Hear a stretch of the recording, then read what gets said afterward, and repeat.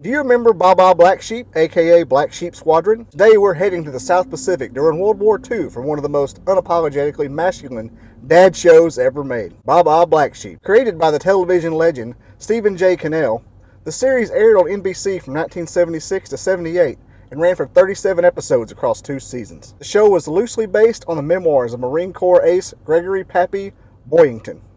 And when I say loosely, I mean Hollywood definitely polished up a few rough edges. Instead of the straight historical drama, we got a squadron of hard-drinking, bar-brawling, rule-breaking fighter pilots who somehow kept winning battles despite constantly driving their commanding officers crazy. Welcome to the Rabbit Ears Rewind, the show where I review, deep dive, and theorize about television shows and movies you grew up with in the 50s, 60s, 70s, and sometimes the 80s if you don't watch me. If you love classic television and movies, don't forget to hit that like button and subscribe. And share this video like you're sharing career advice with a millennial. Now let's get back to the squadron. Leading the squadron is Robert Conrad as Major Greg Pappy Boyington. Fresh off his run as James West in the Wild Wild West, Conrad was absolutely perfect for this role.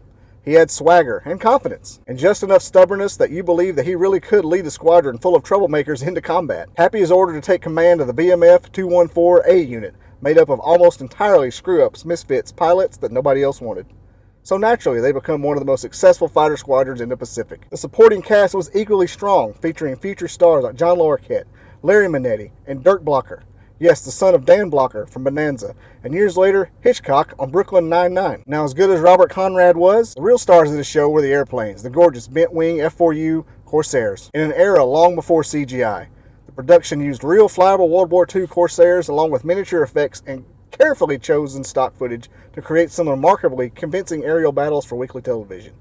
If you watch closely, you'll notice some recycled dogfight footage. But back then, most of you were too busy pretending your bicycles were one of the airplanes to even care, am I right? In my opinion, the sound of those engines alone was worth tuning in every week. One thing the series really nailed was the chemistry between the pilots. Everyone had a nickname and a distinct personality. And despite all the arguments, practical jokes, gambling, and constant clashes with authority, the Black Sheep eventually felt like a family. Boyington regularly ignored regulations, talked back to generals, and that's something you don't do, and somehow managed to inspire his men at the same time. Probably not the best Marine Corps recruiting poster, but good television nonetheless. Ironically, one of the show's biggest problems wasn't the stories, it was the title. A lot of viewers assumed Baa Baa Black Sheep was some kind of children's program because of the nursery rhyme, and it wasn't. So NBC brought it back for a second season under the new name Black Sheep Squadron. Same cast, same airplanes, same explosions, just a little tougher title. I think Baa Baa Black Sheep worked just fine. The network also tried a gimmick featuring some sexy military nurses named Pappy's Lambs to try for a cheap ratings boost. One of those nurses was played by Robert Conrad's own daughter, Nancy Conrad, which is a mite creepy, but I guess if you want to make an omelet, you gotta crack some eggs. Am I right?